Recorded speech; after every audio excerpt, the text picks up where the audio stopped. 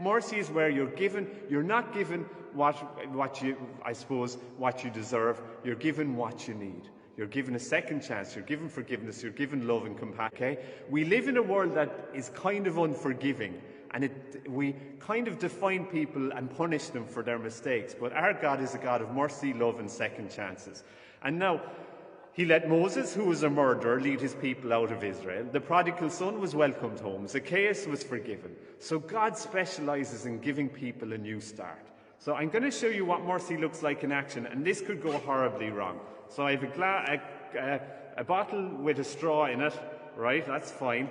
And I'm going to pour in some water. Hopefully not too much. I don't know what's too much or what's too little, but anyway, we'll risk it for a biscuit. Now, if you can picture it, that's like us when we were baptized. Lovely clear water, okay? Now, but then we all make mistakes. So for mistakes, where do I put my mistakes? I'll hide the brand of blackcurrant for fear I'm accused of advertising a product. But we make mistakes. So think of the mistakes that you make. So our baptismal water is changed, okay? So that's fine. The brand is hidden. No endorsing of products. If next week I have stuff all over me, you'll know what's happened, right? Think of the mistakes, the things you need forgiveness for. And so now we're heavier because we're carrying our mistakes. Now, God's mercy doesn't want us to be carrying mistakes, doesn't want us to be judgmental, doesn't want us to be kind of making others feel small. God's mercy is all about unburdening us, making room for love, making room for God, making room for God's Spirit. Here's where this could go horribly wrong. So I'm going to give you an example of God's mercy in action, right? I hope. But as I say, I have to blow up I have to blow up a balloon. Anyway.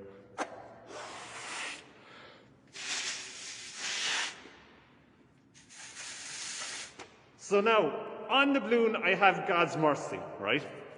Here's where this gets tricky, and I'm probably going to knock it over. And if it doesn't work the first time, I might make it a little bigger. If it doesn't work the first time, I'm just going to let it go. But sure, look, God loves a trier. And today, when God pours his mercy into our hearts, oops, oh, no, don't do that. I have to do a little twist here. This may fail miserably. But sure, look, you'll be used to that with me. So, now, here's where we risk it for a biscuit. And we pour God's mercy make room for God's mercy into our hearts and see what happens. I'm actually kind of creating a bit of a mess, but Hannah will forgive me, although I don't think I got any. Oh!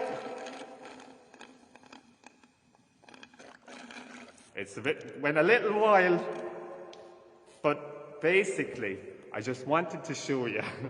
I'm seeing that I have the balloon in front of my face. I'll never look better. But basically, that's how God's grace works. God's mercy works. And basically, any of the things we carry, God doesn't want us to carry. He wants you to forgive yourself. He wants you to forgive others. He wants you to let go of grudges, because that's where we find our peace. That's where we find our contentment.